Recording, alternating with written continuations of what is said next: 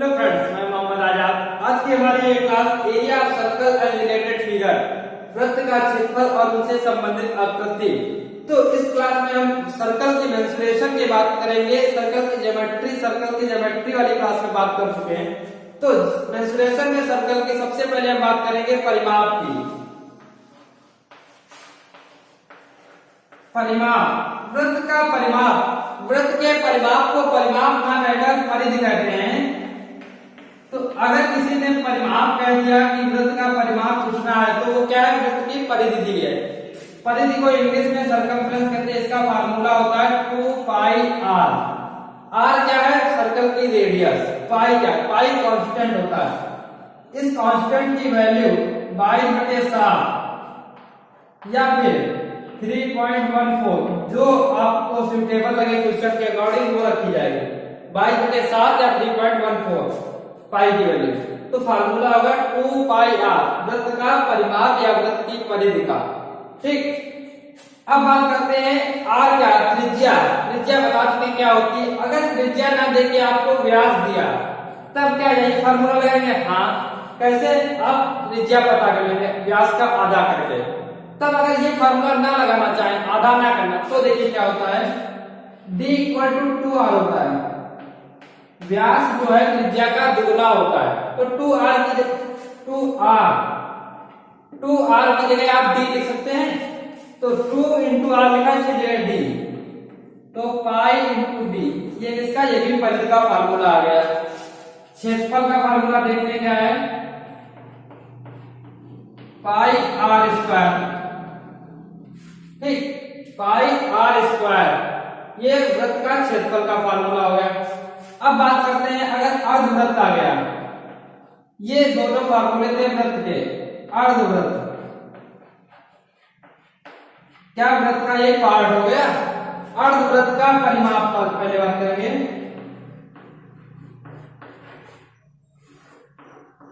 देखिए परिमाप क्या, आप कह रहे हैं परिधि का आधा कर दें, ठीक है, पाई आर।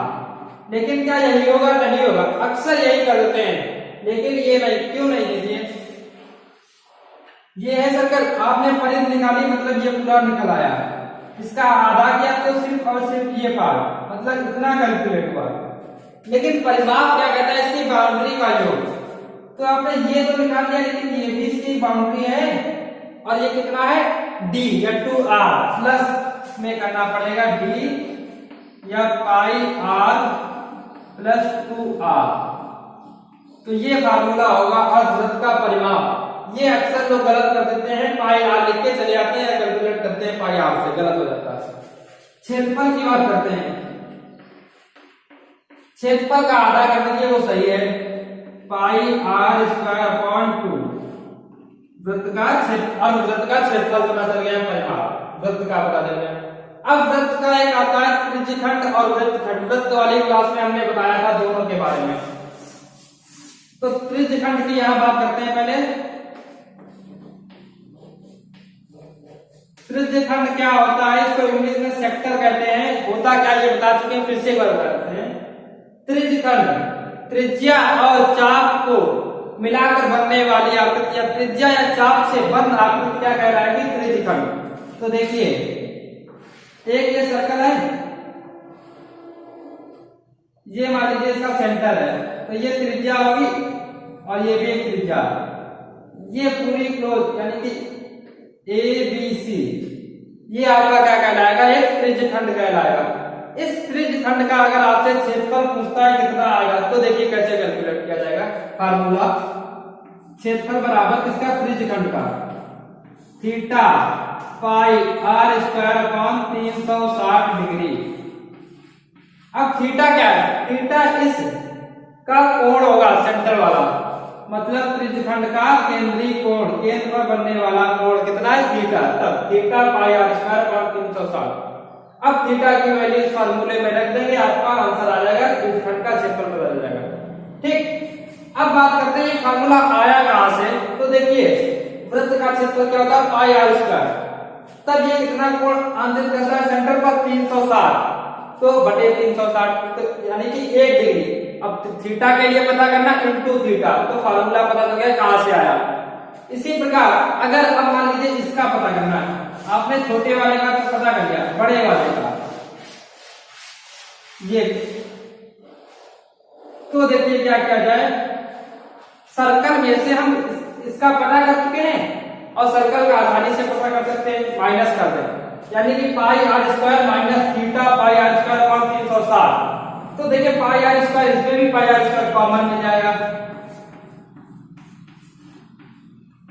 यहां सिर्फ 1 बचेगा, ये थीटा बचेगा upon 360 degree.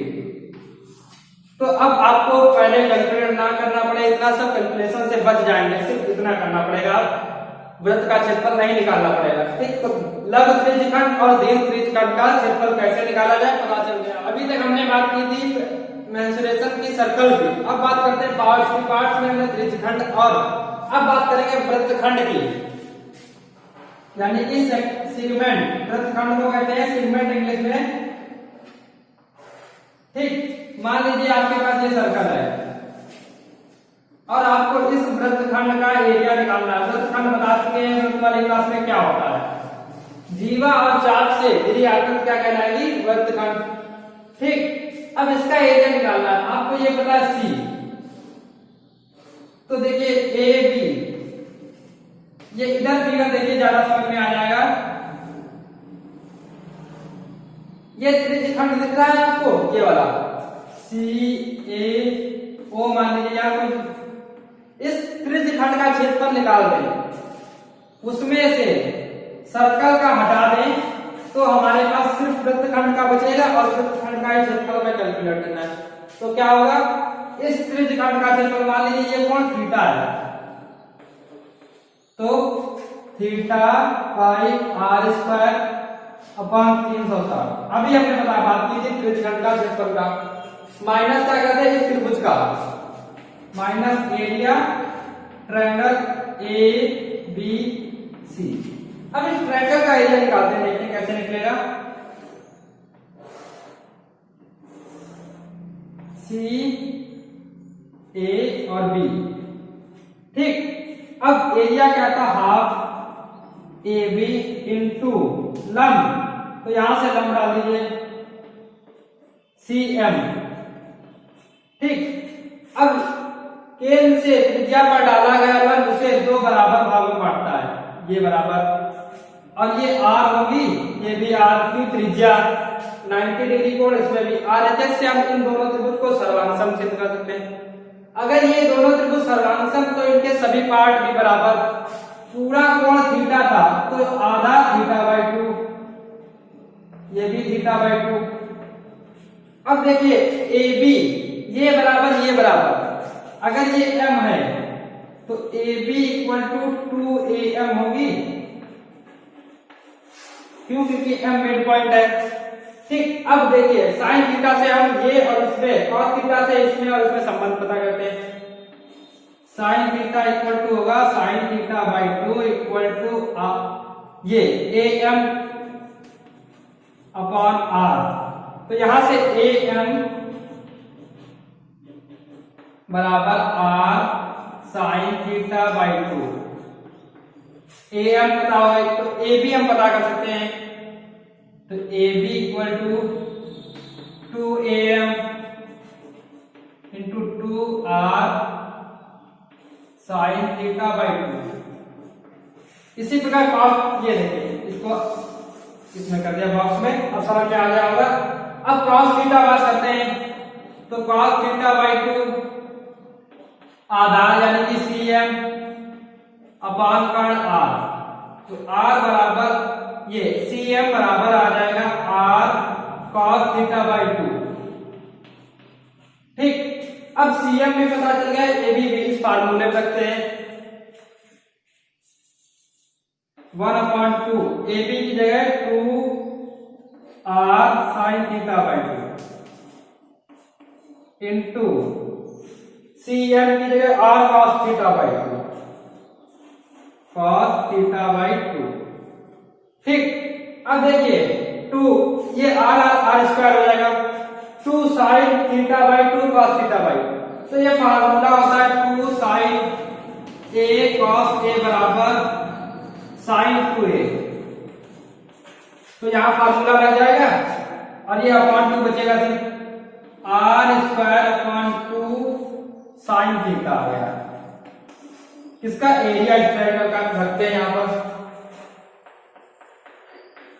360 degree minus are square sine theta by 2 upon 2। तो यहां से देखिए आर स्क्वायर, इधर भी आर स्क्वायर कॉमन ले लिया जाए, theta pi upon 360 degree minus sign theta by 2। तो ये फार्मूला आपके लिए बहुत इंपॉर्टेंट है, काम का है, इतनी कैलकुलेशन ना करनी पड़े, ये फार्मूला याद कर लीजिए। क्या वृत्तखंड का क्षेत्रफल बराबर आर स्क्वायर थीटा पाई बटे 360 minus sign theta by 2। Theta क्या है, उस त्रिज्यखंड का कोण होगा। ठीक, हमने में आपने एक क्वेश्चन देखा था, बस के पहिए का व्यास 140 सेंटीमीटर तथा चाल 66 किलोमीटर प्रति घंटा। 1 मिनट में या कितने चक्कर या इसके पहिए कितने चक्कर लगा रहा है, इस तरह से लिखा था। तो 1 मिनट में कितने चक्कर, पहले हम पता कर लें कि पहिया 1 मिनट में दूरी कितनी चल रहा है। तो 66 किलोमीटर प्रति घंटा यानी कि 1 घंटे में 66, तो 1 मिनट में पता कर सकते हैं 66 किलोमीटर। तो 1 मिनट में 60 से डिवाइड करते हैं। ठीक, अब ये किलोमीटर में और ये सेंटीमीटर, तो इसको भी सेंटीमीटर बदलते हैं। तो किलोमीटर को मीटर 1000 से गुणा फिर 100 से, तो देखिए और ये 11, तो 11 4 0 2 3 1 4 0 इतने सेंटीमीटर। ये 1 मिनट में इतनी दूरी, एक चक्कर में आप पता कर सकते हैं पाई डी होगा। क्यों, परिधि।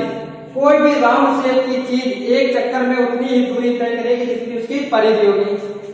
तो पाई इंटू डी 22/7 इंटू 140, तो ये 2 20। ठीक, अब एक चक्कर में पता चल गया और 1 मिनट में तो कितने चक्कर, तो टोटल डिस्टेंस अपॉन एक चक्कर की डिस्टेंस डिवाइड कर दें 22 और 2। इसको आप हल करेंगे आ जाएगा 250 चक्कर। ठीक, इसको हल करेंगे तो 250 आएगा, आप हल करके देख लीजिएगा। 11, ठीक, 11 दूनी 22 4 और 25, देखिए हल हो गया, 250 आ गया चक्कर। अब आपके सामने अगर ये क्या था चक्कर वाला, अब अगर इसी तरह से रिंग का है क्वेश्चन, एक कुआं है, कुएं का इस तरह, तो ये जो इसकी बाउंड्री, इसका एरिया कितना, तो ये क्या है कि रिंग बनेगा। रिंग के क्षेत्रफल का फार्मूला होता है,